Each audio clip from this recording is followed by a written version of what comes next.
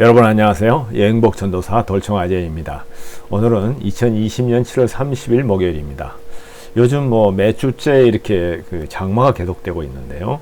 그러다 보니까 해외여행도 마음대로 못 가는 데다가 또 밖에 나가는 것도 자유롭지 못해서 여러 가지로 좀 답답한 시간이 지나가고 있는 것 같습니다. 그래서 제가 오늘 준비한 내용은 우리가 비록 여행은 못 가더라도 어떻게 하면 행복하게 즐기는 방법이 없을까 해서 그 세 가지를 지금 소개하고 있는데요. 오늘은 두 번째로 버킷리스트 다듬기가 되겠습니다.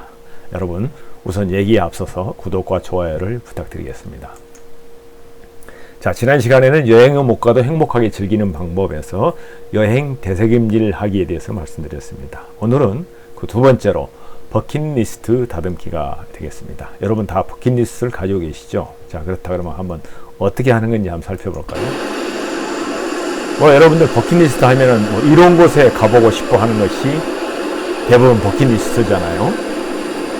아, 정말 이 이과수 폭포에 가보면 정말 평생에 한을 풀었다. 정말 죽기 전에 꼭 이런 곳에 한번 와보고 싶었는데 정말이다 하는 그런 같은 행복감을 느끼게 되는데요. 그 다음에 이제 그런 마음을 가진다는 것이 언제부터 그럼 유래했냐 그러면은 2007년도에 이 유명한 영화 중에 하나가 이제 버킷리스트라는 것이 있었는데요. 여기에 주인공은 이제 잭 니콜슨과 모건 프리맨이 주연했던 건데, 이 두 사람은 이제 60이 넘어서 암병동에서 만나게 됩니다. 그래서 이제 죽기 6개월 선언을 받은 상태에서 이 모건 프리맨이 죽기 전에 해보고 싶은 버킷리스트를 이제 가지고 있던 거를 구격구격 해가지고 버리게 되죠. 그걸 이제 억만장자인 잭 니콜슨이 보게 됨으로써 이런 게 있느냐, 우리 한번 해보자. 내가 돈밖에 가진 게 없으니 한번 해보자 해가지고 둘이서 하고 싶은 걸 다 하고 세계 여행을 일주를 하고 그러다 이제 끝내 목숨을 거두는 그러한 얘기죠. 그때부터 이제 우리에게 버킷리스트라는 것이 알려지기 시작했는데요. 사실 버킷리스트 유래를 살펴보면 킥 더 버킷이라는 말에서 유래했다고 합니다. 이 킥 더 버킷, 즉 버킷을 차는 것은 죽음을 의미하는 비공식 속어로 쓰이는 영어의 하나의 관용구입니다. 그러면 그 역사를 알아보면 이 킥 더 버킷이라는 것은 옛날 유럽의 중세 시대에 교수형에 죄를 지은 사람은 교수형에 처했을 때 이렇게 버킷에 이렇게 올려놓고 목을 이제 매달기 전에 버킷을 탁 차면 죽게 되는 거죠. 그래서 버킷을 차기 전에 네가 죽기 전에 꼭 해보고 싶은 게 있으면 소원을 들어주겠다 해가지고 한 가지씩을 아마 들어줬던 것 같아요. 거기에서 유래한 것이 이제 버킷리스트라고 합니다. 자, 그래서 우리가 죽기 전에 후회하는 거, 또 죽기 전에 꼭 뭔가 해보고 싶은 것이 이제 버킷리스트라면은 죽을 때 우리가 가장 후회하는 것이 뭐가 있을까요? 호주의 그 요양병원의 간호원이었던 브로니 웨어가 죽어갈 때 그 요양병원에서 죽어가는 많은 이제 그 노인들 상대로 당신이 죽을 때 가장 후회하는 것이 뭐냐 해서 조사했을 때 5가지를 조사해서 책으로 낸 적이 있습니다. 그게 맨 첫 번째는 내 자신을 위해서 살지 못한 거. 즉 어떤 국가에서 요구한 거, 사회에서 요구하는 거, 가정을 위해서 이렇게 여러 타인을 위해서 살아왔다는 거죠. 두 번째는 일을 너무 열심히 했다. 너무 열심히 일을 하다 보니까 이렇게 병들고 죽게 됐다. 그 다음에 나의 감정 표현을 제대로 하지 못했다. 여러 사람 입장을 생각하고 또 배려하다 보니까 그걸 하지 못해서 속이 탔다. 그 다음에 네 번째는 좀 더 친구들과 이렇게 함께하고 재밌게 보낼 걸 여러 가지 때문에 제대로 하지도 못했다. 그리고 가장 결정적인 거는 내 스스로 행복한 자가 되지 못했다. 항상 불만이고 항상 나보다 앞서가는 사람을 비교해서 시기하고 질투하고 부러워하고 이런 것 때문에 이제 죽을 때 후회한다는 거거든요. 그러면 후회하지 않는 행복한 삶을 사는 건 뭘까요? 바로 이걸 거꾸로 하면 되는 거죠. 그래서 거기에서 이제 브로니 웨어는 이렇게 얘기합니다. 첫 번째, 내가 원하는 삶을 살아라. 내가 하고 싶은 일을 하라는 얘기죠. 두 번째는 이 일을 적절히 하라. 일을 하지 말라는 게 아니라 적절히 해라.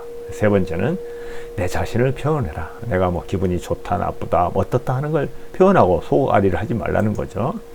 그 다음에 가능하면 친구들과 함께 잘 지내라 하는 겁니다. 그리고 마지막에는 먼저 자신을 행복하게 하라. 내 스스로 행복하지 않으면 누구도 나를 행복하게 하게 해줄 수 없다는 거죠. 바로 이런 것들이 이제 버킷리스트로 정의가 될 수 있는 거죠. 그래서 이제 세계적인 탐험가라고 알려진 존 고다드라는 사람은 15살 때 노트에다가 나의 인생 목표 해가지고 127가지를 적었다 합니다.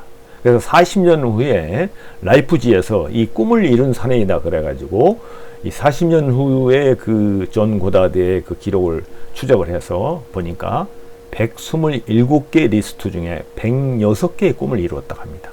그 128개, 7개 중에는 뭐 비행기 조종하기, 낙하산 점프하기, 에베레스트 뭐 등정하기, 아마존강 탐험하기, 뭐 이런 여러 가지 이제 그 꿈의 목록을 가지고 있었는데요. 그 중에 우리가 이제 관심 갖는 목록의 마지막 부분에 보면 124번째는 세계 일주하기, 126번째는 결혼해서 아이들 낳기, 127번째는 21세기에 살아보기. 이분이 이런 꿈을 가지고 살아서 그런지 이미 이제 2013년에 돌아가셨는데 90살까지 살았어요. 그래서 이 21세기까지 살아보는 것까지 다 꿈을 이루었는데 유일하게 한 가지 못 이룬 게 뭐냐면은 달나라의 영이었다고 합니다. 물론 거기에 단서가 붙어 있죠. 신의 뜻이라면 언젠가는 하는 일은 있었는데 결국 달나라 여행을 못 갔던 거죠. 즉 이런 꿈을 가지고 산다는 거, 이게 이제 버킷리스트인데요. 이 버킷리스트를 작성하는 데는 3가지 원칙이 있습니다. 그 원칙을 지켜서 만들어야 됩니다. 첫째는 내가 지금 가장 소중한 것이 무엇이냐, 나한테 가장 핵심 가치가 뭐냐 하는 부분이 되겠고요. 두 번째는 내가 진짜 진정으로 원하는 것이 뭐냐 하는 소망 리스트. 그 다음에 세 번째는 나에게 지금 남은 시간은 얼마인가, 타임 리미트입니다. 그래서 가치와 소망과 시간이 버물려 있는 것이 이제 버킷리스트라고 할 수가 있죠. 그래서 제가 이제 은퇴 시에, 지금 은퇴한 지가 뭐 상당히 됐습니다만은 나의 버킷리스트를 한번 제가 정리를 해봤습니다. 그래서 크게 3가지 부류로 나눴는데요. 일단 내가 한번 되고 싶은 거, 또 내가 하고 싶은 일, 그 다음에 내가 가고 싶은 곳, 이 3가지로 분류했습니다. 그렇지만 여기에서는 이제 여행에 대한 걸 소개하기 때문에 되고 싶은 거는 빼고 내가 하고 싶었던 일, 그걸 한번 이렇게 살펴본다면 몸무게 70kg 이하 유지하기, 세계의 어려운 이웃 돕기, 베스트셀러 여행 책 쓰기, 꿈과 여행을 주제로 강의하기, 패러글라이딩 하기, 스포츠 댄스 배우기 있는데 물론 이외에도 여러 가지 있습니다만은 여기에서 제가 제시한 5가지는 제가 다 이루었습니다. 그렇지만 아직 내가 좀 게을러서 그런지 모르겠지만 스포츠 댄스 배우기는 아직 하지 못하고 있었습니다.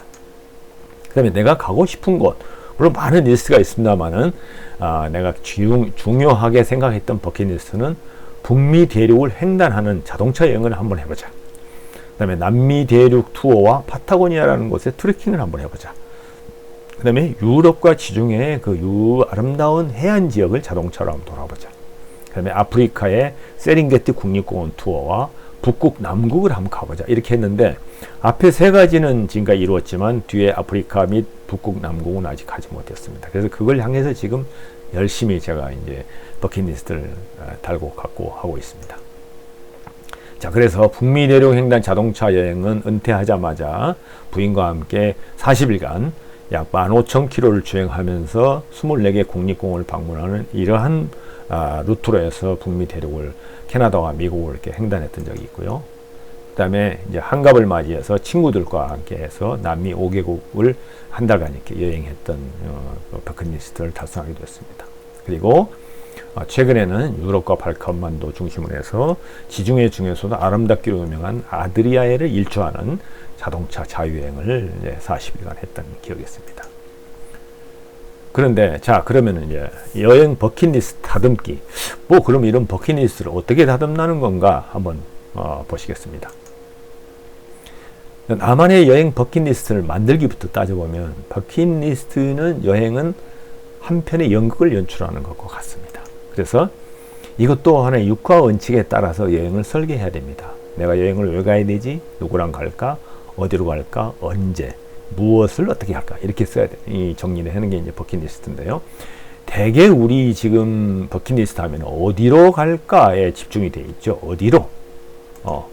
그런데 더 중요한 거는 나만의 자유로운 여행을 하기 위해서는 무엇을 어떻게 더 치중해야 됩니다. 그래서 육하 원칙을 쓰더라도 나만의 자유로운 여행을 위해서는 함께 하고 싶은 사람과 함께 또는 혼자 가는 거고, 또 꼭 가고 싶은 여행지를 선정하기. 여기에 이제 버킷리스트가 좀 많이 치중되어 있는데, 그것 말고도 내가 직접 여행을 설계해서 계획하여 내가 하고 싶은 방식대로 즐기는 것, 이게 나만의 여행 버킷리스트가 되는 거죠. 그래서 무엇을 어떻게 하는 것을 강조하는 것이 필요하다는 거죠. 그래서 이제 이 버킷리스트 맵이라는 게 있는데요. 저는 이제 저희 집에 이런 버킷리스트 맵을 이렇게 걸어놓고 하나하나 실천해 나가고 있는데, 이 지도는 독일의 이제 여행을 좋아하는 화가가 전 세계의 지도를 이렇게 버킷리스트에 맞춰서 그려놓은 다음에 거기에 깨알같이 리스트를 이렇게 적어놓은 겁니다. 내가 어디 가서 뭘 하고 싶다, 뭘 하고 싶다. 그 중에 이제 우리나라에 관한 게 딱 두 가지가 있는데요. 이렇게 이제 일본 옆에 우리나라가 딱 두 가지, 뭐 수많은 것 중에 두 가지가 있는데요. 자, 그러면 이 세계인들은 어떤 것을 우리나라에서 버킷리스트로 할까요? 대개 이제 우리나라 버킷리스트가 뭘까 하고 이렇게 퀴즈를 내보면 뭐 금강산 가기, 백두산 올라가기, 뭐 한라산 뭐 이렇게 이런 걸 얘기하는데, 이들은 다릅니다. 자, 북한에 두 개, 남한에 딱 하나, 북한에 하나, 남한에 하나에 두 개가 있는데요. 뭐냐 하면은 이렇게 되어 있습니다. 북한은 우주에서도 보이는 기묘하고 거대한 군사 퍼레이드 관람하기. 그 어떤 뭐 태양절이라든가 북한의 어떤 그 자기네들의 명절에 거대한 군사 퍼레이드를 하죠. 그게 아마 우주에서도 보이나 봐요. 그걸 한번 보기. 그 다음에 남한은 보령 모두 축제에 가서 진흙 묻히고 놀기, 이거거든요. 자, 그러면 이게 이제 버킷리스트입니다. 어느 지명, 어디를 갈까 하는 것에 그치지 않고 거기에 가서 내가 어떻게 무엇을 하고 지낼 것인가 하는 것이 있는 것이, 명시되어 있는 것이 바로 버킷리스트라는 거죠.